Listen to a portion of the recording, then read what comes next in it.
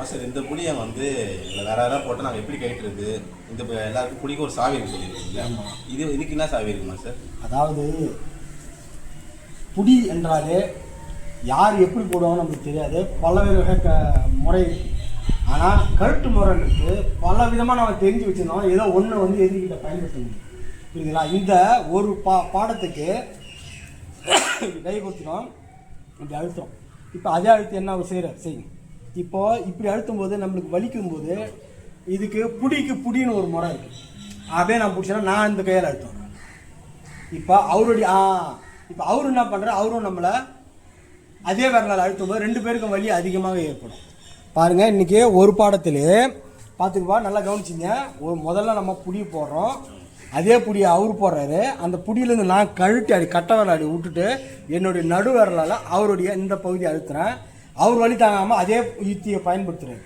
இப்போ பலசாலியாக இருக்கும்போது இப்போ இதுக்கு மேலே என்ன பண்ணுறதுன்னா, சரி 2 பேரும் சரிசமாக இருக்கும்போது கைட்டு நிறைய வந்து புரியுதுங்களா? இதுதான் இது வந்து எதிரிக்கு காட்டுங்க. இப்போ பாருங்க, நான் அழுத்துறது அவருக்கு நகமே பதிஞ்சிச்சு. எதிரிக்கு வலிக்கிற மாதிரி ஒரு பூட்டு இருக்குது, வலிக்காத மாதிரி விளையாட்டாக செய்யக்கூடிய பூட்டு இருக்குது, சரி கழுட்டு முறை இருக்குது. சரிங்களா? இப்போது இது முடிச்சுட்டு எல்லாத்துக்கும் மேலே அது கழுத்து இடையே வந்துடும். இது ஒரு வகை. புரியுதுங்களா? இப்போது இதில் இன்னொரு ரொம்ப இப்போது இந்த பாடத்தை நீங்கள் கவனிச்சிங்கன்னா புரியும். ஒரு கையை மட்டுமே பயன்படுத்திக்கிறோம். கழுத்து முறை இந்த கையை பயன்படுத்துகிறோம். கிட்ட வாங்க. இப்போ இங்கே என்ன அழுத்துறாரு, இப்போ கையை கொடுத்துட்டோம், தூக்கி என்ன அழுத்துறாரு, வலிக்குது. நான் என்ன பண்ணுவேன், இந்த கையை பயன்படுத்தி இந்த பாருங்க, இந்த கட்டை வரல மட்டும் கழட்டுறேன். கழட்டி விட்டுட்டா ஒரு பாடம். கழட்டின மூச்சுக்கு என்ன ஆகுது, கட்டை வரல ஓடிச்சு ஏந்திரிக்க முடியாதவராளா? இதுதான் பாடம். இது வந்து எதிரி பாகம்னு சொல்லக்கூடிய பாடம். குத்துவரிசை தொட்டிங்கன்னா கடல் மாதிரி போய்கிட்டே இருக்கும். அவ்வளோ பாடங்கள் இருக்குது. இப்போ மீண்டும் பார்ப்போம். இன்றைக்கு இந்த ஒரு பாடத்தில் மட்டும் எத்தனை நுணுக்கங்கள் வருது நீங்கள் புரிஞ்சுங்க. இது போல தான் எல்லா குடிக்கும் உண்டு. ஆனால் எல்லாத்தையும் வெளியில் காட்ட முடியாது. இது சாதாரண கூட்டுன்றதுனால உங்களுக்கு இல்லாவரையாக சொல்லிக்கலாம். மீண்டும் அழுத்துப்போம். அழுத்துக்கு அழுத்து, மீண்டும் ஒரு அழுத்து.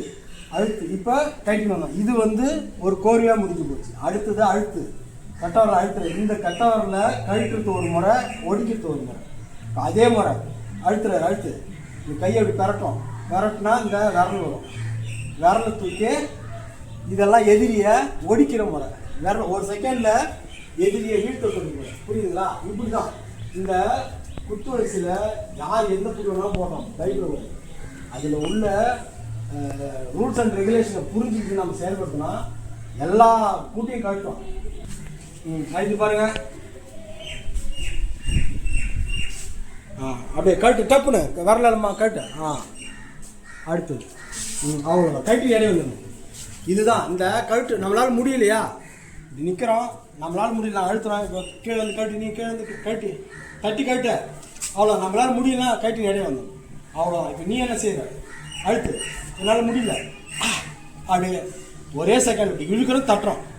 இது கீழே வந்து கொடுத்து அதே தட்டு, மேலேருந்து தட்டு. இப்படி கடல் போய்கினே இருக்கும் பாடம். அதாவது என்னுடைய மாணவர்கள்கிட்ட போயிட்டு இப்படி அடிக்கிறது அப்படி எடுத்து பாடம் கிடையாது. நுணுக்கத்தை சொல்லி கொடுக்கணும். அதுதான் என்னுடைய நோக்கம். அதுதான் உங்களுக்கு விழாவரை சொல்லித்தரேன். இந்த காணொலி மூலமா உலகத்தில் இருக்கக்கூடிய தமிழ் சொந்தங்கள் அனைவரும் இந்த புதிய போட்டு பழகி பயன்பெறுமாறு அன்புடன் கேட்டுக்கொள்கிறேன். நன்றி, வணக்கம்.